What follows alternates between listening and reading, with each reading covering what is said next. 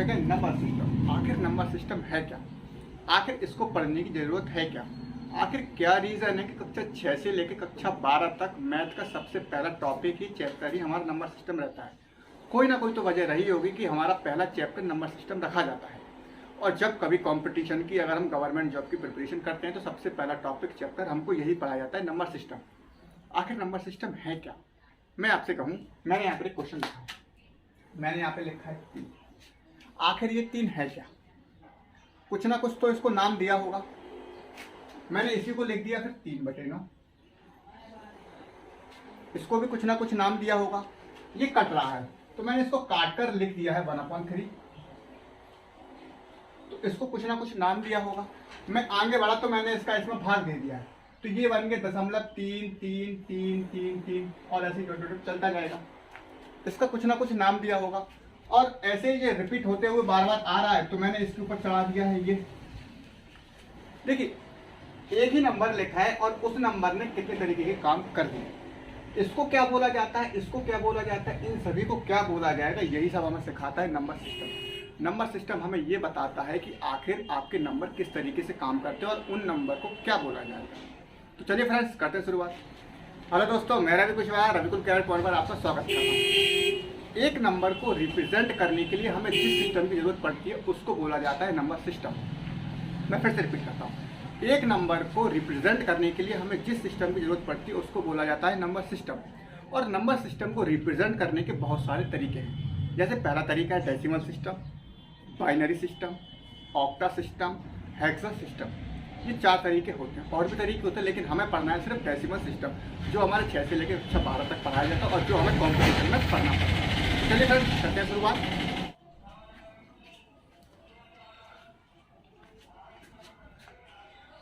अभी मैंने बताया था आपको कि नंबर सिस्टम को रिप्रेजेंट करने के बहुत सारे तरीके होते हैं। पहला है decimal system, binary system, octa system, hexa system. Okay, हमारे सिलेबस का जो पार्ट है वो है डेसिमल सिस्टम और बाइनरी सिस्टम, जो हमारे कंपटीशन लेवल में आता है, या कक्षा 10 तक या 12 तक में कहूँ। डेसिमल सिस्टम यानी कि दशमलव पद्धति, बाइनरी सिस्टम यानी कि द्वि आधारित पद्धति। ओके दोस्तों, अगर मैं आपसे पूछूं कि बचपन से लेके अभी तक आपने कितने डिजिट का यूज किया होगा नंबर को बनाने के लिए, तो वो होते हैं 10। हमें किसी भी नंबर को अगर बनाना है तो हम 10 डिजिट का यूज करते हैं। जैसे पहला है 0, 1, 2, 3, 4, 5, 6, 7, 8, 9। ओके, क्या इसके अलावा कुछ और डिजिट है जिसको आप मैथ में कोई नंबर बनाने के लिए यूज करते होंगे? कोई नहीं है, और आगे भी कोई नहीं होगा। 0 की खोज की गई थी आर्यभट्ट जी ने की थी। ओके, मैं यहाँ पर एक नंबर लिखता हूँ।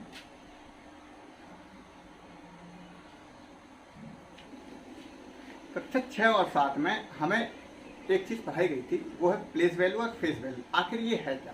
मैं अगर फेस की बात करूँ तो फेस यानी कि दिखने में वो कैसा है। मैं अगर यहाँ पर 9 की फेस वैल्यू की बात करूँ तो 9 दिखने में कैसा होता है, तो आप समझ जाओगे कि ऐसा होता है। तो ये उसका 9 का फेस हो गया। मैं कहूँ कि यहाँ पर 4 का फेस बताइए, तो 4 का फेस ये हो गया। मैं कहूँ कि 2 का फेस बताइए, तो 2 का फेस ये हो गया। इसको बोला जाता है फेस वैल्यू, वो दिखने में कैसा होता है। और एक होता है प्लेस वैल्यू, जो भी हमने पढ़ा है अभी कक्षा 6 और 7 में पढ़ा था पहले। अगर मैं आपसे कहूँ कि 9 का प्लेस वैल्यू क्या है, यानी कि 9 का स्थान क्या है, जैसे यहाँ पर लिख दिया मैंने एक 54। ओके, मैं 54 को और कैसा लिख सकता हूँ, 50 + 4। ओके, तो यहाँ पर 5 का आपका प्लेस क्या रहेगा, 5 का आपका प्लेस क्या है, 50। यानी कि जो एक नंबर होता है हमें उसके पीछे ये देखना पड़ता है कि कितने नंबर हैं, और जितने नंबर रहें तो हमें उतनी ही 0 लगानी पड़ती है। जैसे मैं 9 की बात करूं तो 9 का प्लेस वैल्यू क्या है, तो मैंने 9 को एज इट इज लिख दिया। इसके पहले कितने नंबर है, 3, तो मैंने यहाँ पर 3 0 लगा दिया। ओके, अगर मैं 4 के प्लेस वैल्यू की बात करूँ तो मैंने 4 एज इट इज लिख दिया, और इसके पीछे कितने नंबर हैं, 2, तो मैंने 2 0 लगा दी। ओके, अगर मैं 2 के प्लेस वैल्यू की बात करूँ तो 2, इसके पीछे तो कोई नंबर है नहीं, तो मैंने इसको ऐसे लिख दिया। थोड़ा जरा ध्यान दीजिए कि मैंने अगर 2 का प्लेस वैल्यू जानी थी तो वो कितना निकला है, 2, और 2 का फेस वैल्यू भी कितना निकला है, 2। यानी कि मैं ये कह सकता हूं कि जो हमारी यूनिट डिजिट होती है, यानी कि इकाई का अंक, उसका प्लेस वैल्यू और फेस वैल्यू दोनों ही एक से होते हैं।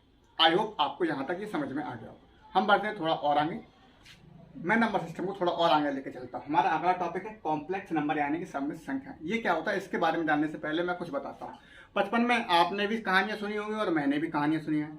ठीक है, बचपन में जब भी कहानी सुनते थे तो यही रहता था कि ये सब वास्तविक है या नहीं। जैसे अगर हम देखें, मूवी देखते हैं, तो मूवी को देख के यही तो लगता है कि ये सब कुछ रियल है या नहीं। तो ऐसे ही अगर हम नंबर के बारे में पढ़ रहे हैं तो इसके बारे में ये भी जान लेना जरूरी है कि ये नंबर रियल है या नहीं। तो कॉम्प्लेक्स नंबर यानी कि सामूहिक संख्या दो तरीके की होती है। पहला तो होता है रियल यानी कि वास्तविक संख्याएं, और दूसरा होता है इमेजिनरी नंबर यानी कि काल्पनिक संख्याएं। ओके, रियल नंबर को देखा जाए तो माइनस इन्फाइनाइट से लेके प्लस का इन्फाइनाइट तक होता है। आपके जितने भी नंबर लिखे होते हैं वो सारे के सारे वास्तविक होते हैं। इनको रिप्रेजेंट करने के लिए दो तरीके होते हैं, एक तो डेसिमल यानी कि दशमलव, और एक होता है इंटीजर यानी कि पूर्णांक। ये क्या है, इसको थोड़ी बार में डिस्कस करें। अगर इमेजिनरी नंबर, क्या कुछ नंबर ऐसे होते हैं जो इमेजिनरी हो, काल्पनिक हो। एक नंबर होता है जिसको बोला जाता है आई यानी कि आयोटा। ये एक फर्स्ट ईयर में एक चैप्टर है, यानी कि 11th में इसके बारे में एक चैप्टर भी दिया गया, 11th और इंटर में। आई इक्वल टू होता है अंडर रूट -1। अंडर रूट के अंदर कभी भी कोई भी संख्या माइनस में नहीं आती। अगर वो आ जाए तो वो क्या कहलाएगी, आपका एक काल्पनिक नंबर। जैसे मैं इसके बारे में और भी लिख लेता हूँ, अंडर रूट -10, अंडर रूट -15, ये सारी की सारी संख्याएं क्या है, इमेजिनरी है। यानी कि अंडर रूट के अंदर कभी भी कोई संख्या आपकी माइनस में नहीं रहेगी। अगर वो आ जाए तो वो क्या कहलाएगी, एक काल्पनिक संख्या है। आयोटा का हिंदी होती है रत्ती भर, बिल्कुल नाम मात्र सा। ओके, तो चलिए जान लेते हैं आगे डेसिमल सिस्टम क्या है और ये आपका इंटीजर ये होता क्या है।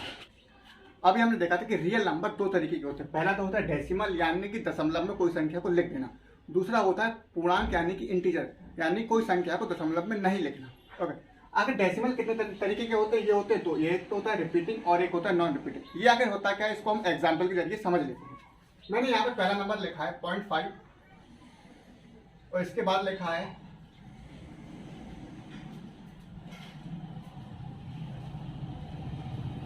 And so on. मैंने तीसरा नंबर लिखा है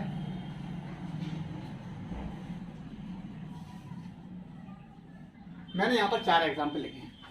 ओके, आपको ये बताना है कि इसमें से कौन सा नंबर रिपीट हो रहा है और कौन सा नहीं हो रहा है। अगर मैं पहले एग्जाम्पल की बात करूँ तो 0.5 के में क्या कुछ नंबर रिपीट हो रहा है? जी हाँ, हो रहा है। मैं अगर 0.5 के बाद अगर 0 लगा दूँ तो मेरे सवाल पर कोई फर्क नहीं पड़ेगा।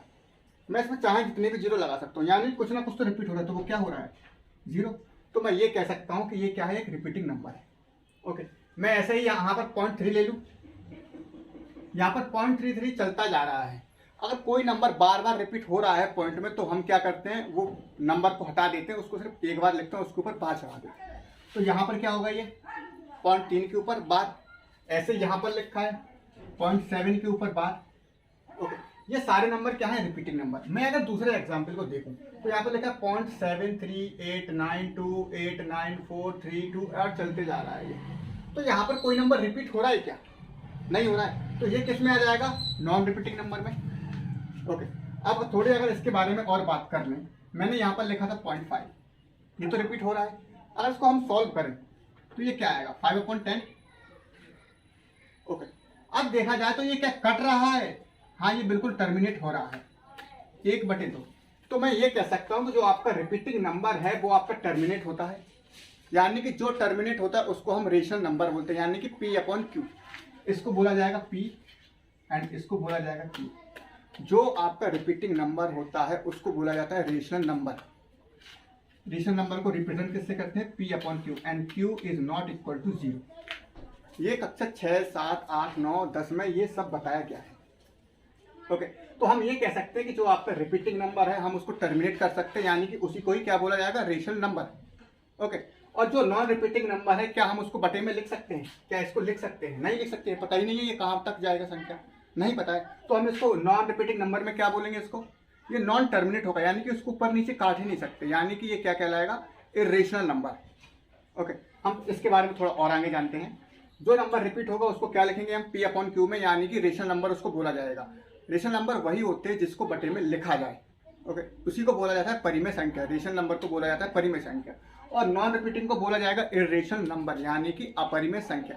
इसके कुछ एग्जाम्पल और लिखवा देता हूँ, जैसे √2, √3, √7। रूट के अंदर कोई नंबर आ जाना, वो परफेक्ट तरीके से बाहर ना आ पाए, तो उसको बोला जाएगा इर्रेशनल नंबर। ओके, अगर बात की जाए पाई, मैं अगर पाई के बारे में बात करूं, जैसे मैंने लिख दिया पाई का मान 22/7। ओके, तो ये किस में आएगा, ये रिपीटिंग नंबर में आएगा या नॉन रिपीटिंग नंबर में? ये रिपीटिंग नंबर में आएगा 22/7, यानी कि ये आगे जाके ऐसा कटने लगेगा कि बार बार रिपीट होता जाएगा। ओके, और अगर मैं पाई की बात करूं, ये पाई का एग्जैक्ट मान नहीं है, 22/7 पाई का एग्जैक्ट मान नहीं है, ये लगभग में इसका मान आया और इसीलिए ये रिपीट हो रहा है। पाई का अगर रियल मान देखा जाए तो इसकी दशमलव में हजारों तक इसका मान निकल आ चुका है अभी तक। ओके, तो हम इसको थोड़ा और आगे लेके चलते हैं, आखिर जानते हैं कि इंटीजर होता क्या है। अभी हमने डेसिमल नंबर के बारे में जान लिया कि डेसिमल नंबर होता क्या है। ये दो तरीके के होते हैं, एक तो रिपीटिंग और एक नॉन रिपीटिंग। अब हम जान लेते हैं कि आखिर इंटीजर यानी कि पूर्णांक क्या है। पूर्णांक वही संख्या है जिसको दशमलव में ना लिखा जाए। ओके, बस दोनों में यही अंतर है। जैसे मैंने ये लिख दिया तो ये डेसिमल हो गया, और मैंने इसको ये लिख दिया तो ये क्या कहलाया, इंटीजर यानी कि पूर्णांक। देखिए ये पॉइंट में नहीं है तो ये इंटीजर यानी कि पूर्णांक कहलाएगा, और ये पॉइंट में है तो इसको डेसिमल कहलाएगा। ओके, इंटीजर आपके तीन तरीके के होते हैं, एक तो प्लस का इंटीजर होगा यानी कि प्लस का आपका साइन आएगा, और दूसरा क्या आता है माइनस का, और एक तीसरा नंबर होता है जीरो। ओके, प्लस का इंटीजर में आपके एक से लेके अनंत तक जितने भी सारे नंबर होते हैं वो सारे के सारे क्या होते हैं, आपके प्लस का इंटीजर होते हैं। प्लस के साइन में आपको यहाँ दिखाना नहीं पड़ता है कि आप ये प्लस का है या माइनस का। जैसे मैंने यहाँ पर लिखा 3 + 2, तो यहाँ पर ये 3 किसका है, इसके पहले कोई साइन नहीं लगा है तो इसको हमेशा प्लस का ही साइन माना जाएगा। 3 और 2 5। लेकिन अगर मुझे माइनस का साइन लगाना, मुझे माइनस का बताना है तो उसके लिए साइन लगाना पड़ेगा। जैसे तो ये माइनस का हो गया, तो यहाँ पर आया मेरा आंसर माइनस का 1। ओके, जितने भी आपके नंबर 1 से स्टार्ट होते हैं और वो अनंत तक जाते हैं तो उसको बोला जाता है प्राकृतिक संख्या। फिर से बोलता हूँ, जो हमारे 1 से लेके नंबर जितने भी स्टार्ट होते हैं जहाँ तक चलते जाएंगे या अनंत तक जाते जाएंगे उसको बोला जाएगा प्राकृतिक संख्या, यानी कि set of natural number. 1 number, 2 number, 3 4 5 6 7 8 9 dot अनंत तक जाएगा तो उसको बोला जाएगा प्राकृतिक संख्या, यानी कि set of natural number.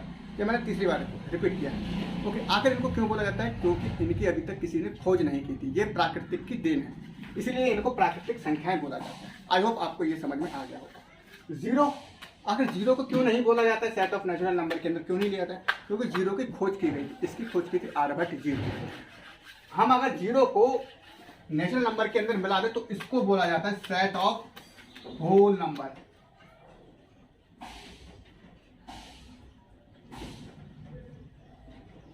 Zero plus में आपका नेचुरल नंबर,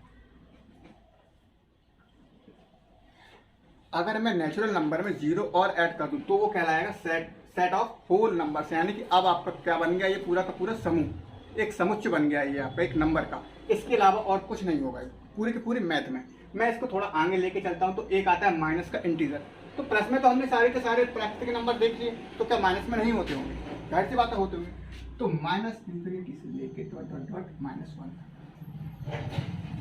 माइनस अनंत से लेके -1 तक जितने भी सारे नंबर होते हैं वो सारे के सारे क्या कहलाते हैं, माइनस का इंटीजर यानी कि ऋणात्मक कहलाते हैं। ये हमारे इंटीजर का पहला पार्ट था। हम इंटीजर का अगला पार्ट पढ़ते हैं कि आखिर इंटीजर में और क्या क्या होता है।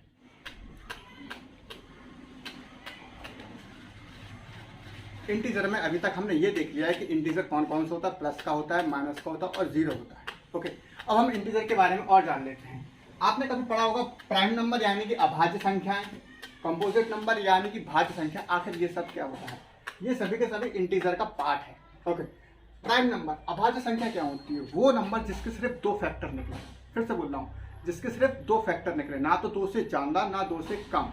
जैसे फैक्टर का मतलब वही होता है कि आखिर उस नंबर को कौन कौन सी संख्याएं आपका काट सकती है। जैसे मैंने यहाँ पर लिख दिया है 5। अच्छा, अब आप मुझे वो नंबर बताइए जो 5 को काट दे। तो एक तो आप बताओगे 1 जो 5 को काट सकता है, और एक खुद 5 होता है जो 5 को काट सकता है। क्या इन दोनों के अलावा कुछ और नंबर है जो 5 को काट सकते हैं? नहीं। तो इसके कितने फैक्टर बने? तो वो नंबर जो किसी दूसरे संख्या को काट सके उसको बोला जाता है फैक्टर। तो 5 को कितने नंबर ने काटा? 2। और अभी अभी मैंने अभाज्य संख्या यानी कि प्राइम नंबर के बारे में बताया कि सिर्फ वही नंबर जिसके सिर्फ 2 फैक्टर, यानी कि वो संख्या जिसको सिर्फ 2 संख्याएं ही काट सके। जैसे 5 में सिर्फ 2 ही संख्या काट सकती है तो 5 एक अभाज्य संख्या हो गई। अगर मैं बात करूं 2 की, 2 को कौन कौन सा नंबर काट सकता है? तो पहला आप कहोगे 1 और दूसरा आप कहोगे 2 खुद। ओके, तो यहाँ पर 2 हमारी क्या हो गई, एक प्राइम नंबर यानी कि अभाज्य संख्या। 2 हमारी सबसे छोटी अभाज्य संख्या होती है, और ये आपकी एक इवन यानी कि सम संख्या भी है। दो इकलौती आपकी सम और प्राइम नंबर होता है और सबसे छोटा भी यही होता है। ओके, मैं बढ़ता हूँ 1 की तरफ। तो एक क्या होता है, अगर मैं आपसे कहूँ एक के फैक्टर क्या होगा, तो एक को कौन कौन सी संख्या काट सकती है? तो पहला तो निकलेगा एक खुद, क्या दूसरा कोई नंबर है? नहीं है। तो यानी कि ये तो प्राइम नंबर हुआ नहीं।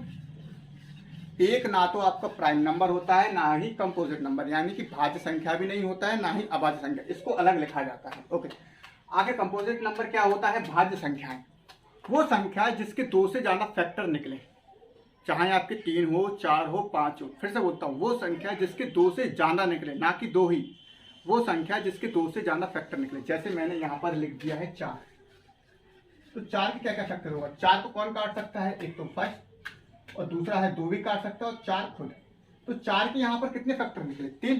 तो 4 एक भाज्य संख्या हो गई। ओके, ऐसे ही बहुत सारी संख्या होगी, 6 हो जाएगी आपकी, 9 हो जाएगी, 10 हो जाएगी। ओके, तो इंटीजर में हमने अभी 3 पार्ट और देखे। प्राइम नंबर क्या होता है, फर्स्ट क्या होता है, आपका प्राइम नंबर होता है कि नहीं होता है, वो मैंने अभी अभी आपको बता दिया है। कंपोजिट नंबर क्या होता है, भाज्य संख्याएं क्या होती है, इन तीनों के बारे में हमने अच्छे से जान लिया है। ओके, तो हम यहाँ पर प्राइम नंबर के बारे में जान लेते हैं कि आखिर प्राइम नंबर कितने तरीके की होता है। पहला तो होता है रिलेटिव प्राइम नंबर, दूसरा होता है को प्राइम नंबर, तीसरा होता है ट्विन प्राइम नंबर। आखिर ये तीनों अलग अलग क्यों हैं, इसके बारे में थोड़ा जान लेते हैं। पहला रिलेटिव प्राइम नंबर, वो दो संख्याएं, मैं फिर से बोलता हूँ, वो दो नंबर जिनका SCF सिर्फ एक आए। अब चाहे वो प्राइम नंबर हो या ना हो, कोई भी ऐसे दो नंबर जिनका सिर्फ SCF 1 आए। जैसे मैंने लिख दिया एक तो 5 और एक तो 8। क्या इन दोनों में कुछ कॉमन दिख रहा है? नहीं, सिवाय एक के इन दोनों में कुछ कॉमन नहीं। देखिए 12 आपकी एक प्राइम यानी कि आपकी अभाज्य संख्या नहीं है, लेकिन फिर भी ये किस में कहलाएगी? रिलेटिव प्राइम नंबर में, यानी कोई दो ऐसे नंबर जिनका SCF सिर्फ एक आए। मैंने और भी एग्जाम्पल लिख लिए, 9 और 13, इनका SCF कितना आएगा? 1। ओके, हम आगे बढ़ते हैं को प्राइम नंबर। आखिर को प्राइम नंबर क्या है? आपके कोई भी दो अभाज्य संख्याएं, मैं फिर से बोलता हूं, कोई भी दो अभाज्य संख्याएं, जैसे लिख दिया मैंने 2,3, 5,7, ये सारी की सारी क्या है आपके को प्राइम नंबर। ओके, कोई भी दो ऐसे नंबर जो आपके अभाज्य हैं, और मैं अगर इन दोनों का SCF निकालना चाहूं तो इन दोनों का SCF कितना आएगा? यानी कि इन दोनों में कॉमन क्या है? सिर्फ एक, इसमें भी एक कॉमन है। तो मैं ये कह सकता हूं कि जितने भी को प्राइम नंबर होते हैं वो सारे के सारे क्या होते हैं? Relative prime number. ओके, मैं आगे बढ़ा हूं तो आगे twin prime number. Twin prime number वो नंबर होते हैं जिनका बीच का डिफरेंस सिर्फ 2 हो। वो दो नंबर जिनके बीच का डिफरेंस सिर्फ 2 हो, लेकिन वो प्राइम नंबर होनी चाहिए। जैसे मैंने लिख दिया यहाँ पर 5 और 7। ओके, इन दोनों का डिफरेंस कितने का है? 2 का। मैंने आगे और लिखा है 11,13, इन दोनों का बीच का डिफरेंस क्या है? 2 है। तो ये ट्विन प्राइम नंबर भी हो गए, और देखा जाए तो ये को प्राइम नंबर भी है, और देखा जाए तो ये रिलेटिव प्राइम नंबर भी है। मैंने इसके और एग्जाम्पल लिखे 17,19, तो ये दोनों भी क्या हो गए आपके? Twin prime number. I hope आपको ये सारे के सारे प्राइम नंबर समझ में आ गए होंगे। यहाँ तक आपको ये समझ में आ गया होगा कि नंबर किस किस तरीके से काम करते हैं, आखिर नंबर सिस्टम का काम क्या है। मैं इसका एक और पार्ट लेके आऊँगा जिसमें हम ये जानेंगे कि आखिर इसके ऊपर कैसे कैसे क्वेश्चन आते हैं।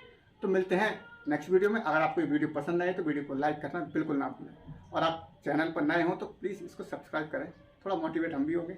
चलते हैं, मिलते हैं अगली वीडियो में।